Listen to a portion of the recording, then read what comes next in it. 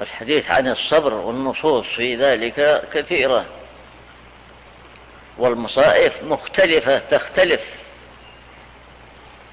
التي تصيب الإنسان البشري في نفسه وفي ولده وفي ماله وفي أقاربه، وكل ذلك يجب الصبر والاحتساب إذا أصيب الإنسان بشيء من ذلك، والرجاء في الله عز وجل أن يعوضه خيرا. ومن ذلك وفاة الذرية، من مات له ابنان أو ثلاثة لم يبلغ الحنث فصبر واسترجع، صار سببا في دخوله الجنة جزاء له من جنس عمله الذي هو الصبر والاحتساب والرجاء في الله تبارك وتعالى الخلق.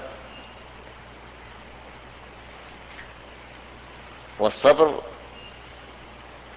كما قالوا زادوا المسلم دائما وأبدا يكون صابرا لأنه يؤمن بالقضاء والقدر،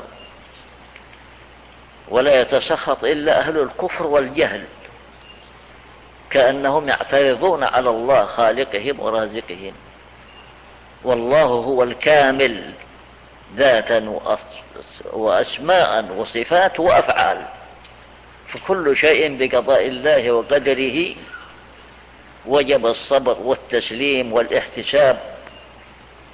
وإذا تذكر الإنسان مصيبة ما نزلت به بعد حين ثم استرجع آجره الله عز وجل وأجاب دعاءه في استرجاعه وصبره واحتسابه، يقول إنا لله وإنا إليه راجعون، اللهم أجرني في مصيبتي واخلفني خيرا منها.